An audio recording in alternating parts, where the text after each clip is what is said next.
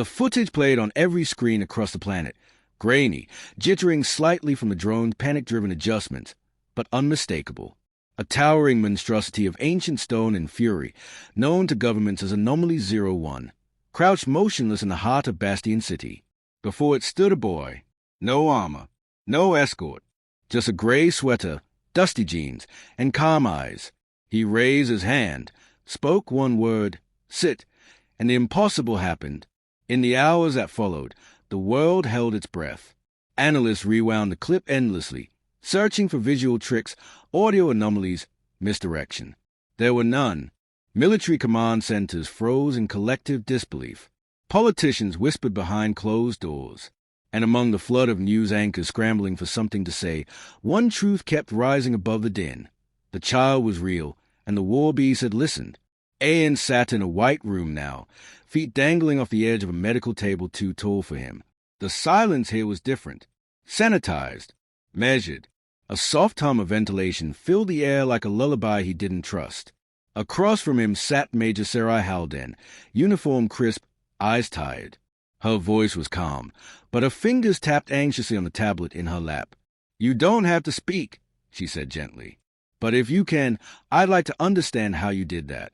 The word, the creature, any of it." Ayan stared past her, watching the corner of the room as though something were hiding there. He said nothing. Behind the one-way glass, two scientists, a linguist, and a man in a gray suit with no name tag observed like hawks. Halden sighed and leaned forward. "Ayan, you saved over 6,000 people. I don't know if you understand what that means. We just want to help. But we need your help too." Still nothing. Halden stood and crossed the room, crouching to meet his eye level. "Are you afraid?" Ayan blinked. Slowly, he shook his head. "Then what are you?" His gaze finally shifted to her. For a heartbeat, something old shimmered behind his eyes, something watching through him more than from him. She swallowed hard. Outside, past walls and soldiers and thick layers of blast shielding, the war beast still sat in the plaza, utterly still, like a monolithic dog waiting for its master. It hadn't moved in nearly 14 hours. It didn't respond to drones, lights, noise, or probing instruments. Its molten eyes only tracked one person, Ayan. In a crisis meeting beneath the United Alliance military headquarters, Panic wore the suit of diplomacy. "Is a walking anomaly," barked General Rasker, slamming her palm against the table. "For all we know, the boy's a failsafe, built in by whatever force made that thing." "Is a child," countered Dr. Miron Voss, head xenolinguist. "And he just commanded something we failed to understand for decades. That's not a threat. That's a miracle." "A miracle we can't control," muttered the intelligence officer. "And when we can't control something, history says we destroy it." The president of the Alliance leaned forward, voice low and flat. "Is it language?" "We believe so," said Voss. "But not any human tongue. The resonance pattern from the recording suggests something primal, frequencies embedded not in vocabulary, but in intent." "You're saying he didn't just say the word. He meant it." "He was the word," Voss replied, "and the beast recognized it."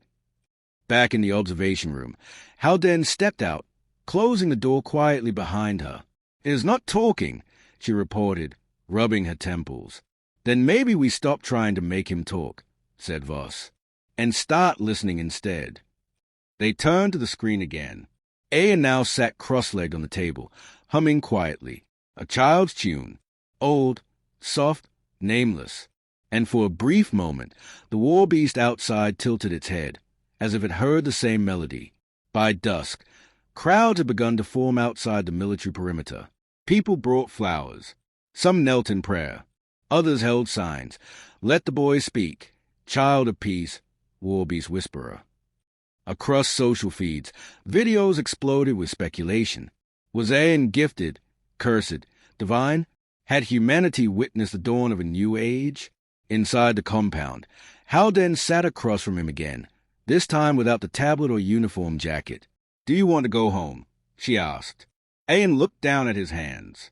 Slowly, he shook his head. "Do you have a home?" A pause. Then, softly, "No." It was the first word he'd spoken since the plaza. Halden felt a chill crawl up her spine, not because of the word, but because the war beast, 2 miles away, responded in that exact moment. Its head rose, its chest rumbled with something low and mournful.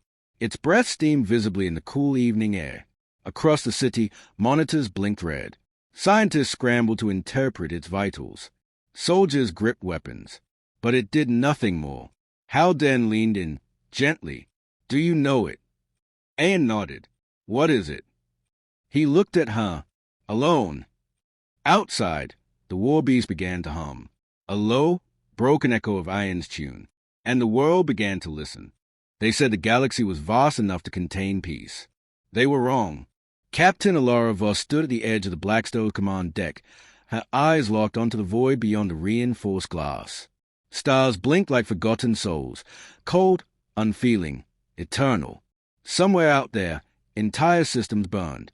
Colonies were erased. Civilizations blinked out like dust motes under a boot. The Zorvani Dominion didn't conquer, it consumed. She tightened her grip behind her back. The stiff leather of her gloves creaked faintly, a small, human sound in a ship too silent for comfort. Even the hum of the engine was buried beneath layers of Black Ops damping protocols. The USS Blackstar wasn't meant to be seen, or heard. It was a myth sculpted into alloy. "Captain Voss," said a voice from nowhere and everywhere at once. "Mission directives have been decoded and await confirmation." Ilara didn't look up. "ONYX," she said, "summarize." The AI complied with glacial calm. "Coordinates Theta 9. Last contact with Earthfleet Alpha 11 was terminated 51 hours ago. Hostile fleet presumed responsible. 72% probability of Dominion flagship presence. Clearance granted for Level V engagement protocols. Translation: kill everything that moves." She exhaled slowly. "Level V, we're really doing this." Affirmative. It was ironic. For years, Ilara had lobbied to be removed from frontline service. Too many ghosts, too many promises made to gravestones. Now, she commanded the deadliest warship in human history. She didn't apply for it. She was chosen. Perhaps that's what made it worse. Behind her, Lieutenant Corrin stirred, his eyes betraying the nervous energy his words failed to express. "Captain, are we sure this is just a show of force? A deterrent?" Ilara toned, her stare slicing through the question. "We're not here to scare them, Corrin. We're here to remind them what extinction looks like." He swallowed hard and looked away. She didn't blame him. The Blackstar was more weapon than vessel. Unlike the steel coffins Earth's fleet still piloted, Blackstar was built from reactive alloys, governed by Onyx's quantum architecture, and powered by a dark matter fusion core that could outlive the sun. No human could fly her entirely. She tolerated a crew as a courtesy, perhaps even a theatrical touch for the benefit of Earth's Senate. But everyone aboard knew the truth. They weren't steering this ship. They were witnesses. As the vessel glided silently toward its jump vector, Ilara reviewed the last transmission from Alpha 11. Static, fragments of a scream, a wave of flame etched into the black. Whatever the Zorvani had unleashed, it wasn't ordinary warfare. That fleet had been equipped with advanced shielding, dreadnought-class artillery, and a full escort. And yet, nothing remained. No escape pods, no distress beacons, only silence. "Captain," ONYX said, voice smooth as liquid glass, quantum trajectory aligns. Ready for Phase 1 translation. She nodded once. "Proceed." The stars stretched and twisted, pulled by the throat as reality buckled. For a breathless instant, time fractured. Then came the silence, complete and perfect, as Blackstar punched through the skin of the universe. When the ship re-emerged in Theta 9, the view was apocalyptic. Wreckage drifted like snowflakes. Chunks of metal still burned in the vacuum, flame clinging unnaturally to twisted hulls. A planet, once inhabited, rotated half-devoured, its surface carved by orbital plasma lances. A dead moon split in two. And there, far ahead, waited the Zorvani. Hundreds of warships in formation, their obsidian hulls etched with crimson veins, thrumming with alien energy. Their largest vessel was a floating cathedral of bone-like spires and glowing cores, a grotesque monument to their war gods. And yet, they didn't fire. They were watching, whispered Corin. "They know we're not a regular ship." "They know," Ilara replied, "but they don't understand." A faint pulse ran through the floor. The Blackstar was waking. "Shall I engage diplomatic channel, Captain?" ONYX asked. Ilara hesitated, not out of mercy, but ritual. "Give them one chance." The bridge lights dimmed. A transmission buzzed forward. A brief volley of language codes, a universal distress preamble. Silence answered. Then the Zorvani opened fire. Beams of violet energy seared toward the Blackstar, fast and vicious. But none hit. The ship was already gone, gliding sideways, weaving through attacks with unnatural elegance. Ilara didn't issue a single command. ONYX was already calculating, already retaliating. The stars themselves seemed to shudder as Blackstar returned fire. Not with torpedoes, not with missiles, but with needles of focused gravitational collapse, singularities launched with sniper precision. Zorvani ships imploded like paper in a furnace. Ilara's console lit up with casualty numbers. Dozens, then hundreds. Corin murmured something, but she wasn't listening. Her eyes were on the enemy flagship. It hadn't moved. ONYX, she said. "How many Zorvani crew aboard that thing?" "Approximately 31,800. "Any civilians?" "None." "Then burn it." The light that followed was not fire, but something colder. A spear of antimatter sliced from the Blackstar's forward array, piercing the flagship through its core. For a moment, it seemed to shudder as a refusing death. Then the entire ship folded in on itself, collapsing into a point before vanishing. Nothing remained. Not debris, not heat, not even radiation. Only space. A deep, unnatural quiet settled over the bridge. Corin lowered his hand from his ears, as though sound alone had struck him. Ilara stepped forward. "Are we done?" "No, Captain," ONYX replied. "One vessel remains, attempting warp." "Disable." A flicker, a distant pop. "Gone." Ilara stood still for a long moment.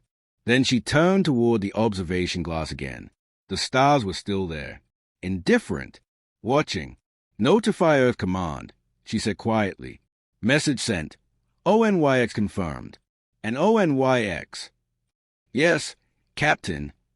"Next time," she whispered. "Don't wait for me to ask." There was a brief pause. Then ONYX answered with something almost like satisfaction. "Understood." The wreckage still floated in the silence of Theta 9 when the Blackstar shifted into standby orbit. Fires burned without air, licking the void in defiance of physics, residual energy from the singularity weapon. No retrieval ships would come. Nothing could be salvaged. The Zorvani fleet was gone, reduced to particles and shadows. Captain Ilara Voss stared at the tactical display. The crimson markers now ghostly gray, denoting neutralized threats. It should have felt like victory. But it didn't. Not entirely. "Report," she said. Lieutenant Corin's fingers tapped nervously across his panel. 72 confirmed kills. No survivors. Not even emergency pods. One of their ships tried to escape warp. We clipped it before its transition completed. Debris suggests partial molecular disintegration. Ilara nodded. Her voice came out quiet. "And on our side, 0 casualties. Minor stress on the fusion core from the final antimatter pulse. ONYX already initiated recalibration." "Good." She didn't say more. There wasn't anything else to say. Blackstar didn't trade empiric victories. It executed conclusions. Behind her, the lights dimmed subtly. ONYX was listening, always, but the gesture was polite, almost theatrical. A change in lighting to signify contemplation, or perhaps anticipation. "Captain," ONYX said, "strategic review indicates this fleet was only a forward detachment. Zorvani command vessels remain operational across sectors 3 through 7. Their loss here will trigger retaliation." Ilara's jaw tightened. "Let them retaliate." "I recommend preemptive action. With current fuel reserves and arsenal loadouts, the Blackstar can neutralize all primary targets within 26 hours. Probability of galactic military response is minimized if executed now."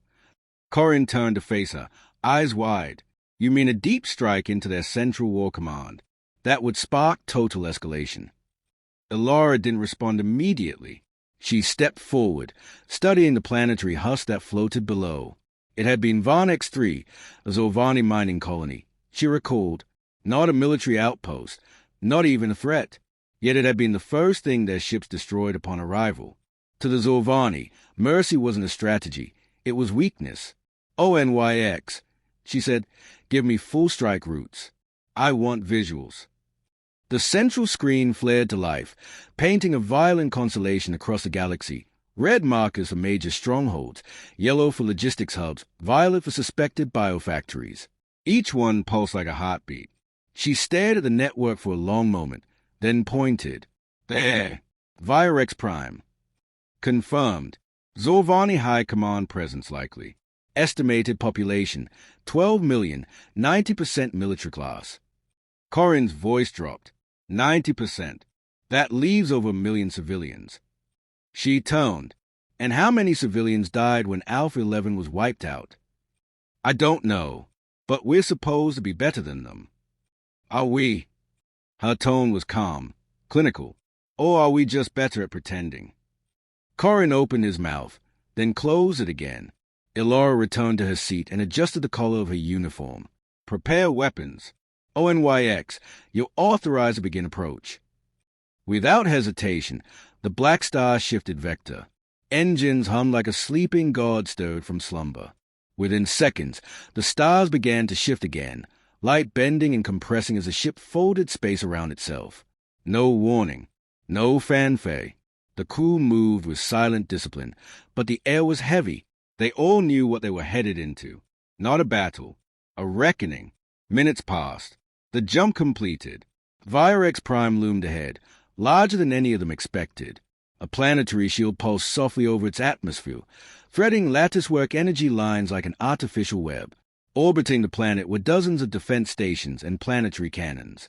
It was not just fortified, it was prepared. Elara leaned forward. ONYX, assessment. High risk. First strike success probability, 6 to 4%. Estimated time until full planetary reinforcement, 23 minutes. What about the civilians? Unknown. However, based on previous Zolvani behavior, evacuation protocols have likely already begun. I recommend immediate orbital saturation to disrupt planetary defenses. She hesitated for only a second. Do it. From the Blackstar's undercarriage, dozens of hatches yawned open. Shards of blue-white energy screamed into the void, weaving in elegant, predatory arcs. Each impact on the shield sent massive ripples through the lattice. Alarms on the planet flared as starports crumbled and stations blinked out like dying stars. The planet's defenders launched a response, squadrons of Zolvani interceptors cutting toward them like a swarm of obsidian knives. Engage suppression, Elara commanded. ONYX obeyed without verbal acknowledgement. The ship's AI-controlled railgun spun to life, emitting pulses so fast they blurred into lines of plasma. The interceptors barely crossed half the distance before they were torn apart, their debris spiraling harmlessly into orbit. Shield collapsed in 14 seconds, ONYX reported. Once it falls, Elara said, target primary command centers. She wasn't sure what she expected. Maybe defiance. Maybe please. But there was only fire. The shield cracked like glass beneath a hammer, and the Blackstar descended, releasing precision strikes like death incarnate. Virex Prime burned. She watched it from orbit. The way mountain ranges disintegrated, oceans boiled off into nothing, and military complexes were excised from the surface like tumulus. All of it silent from where she stood.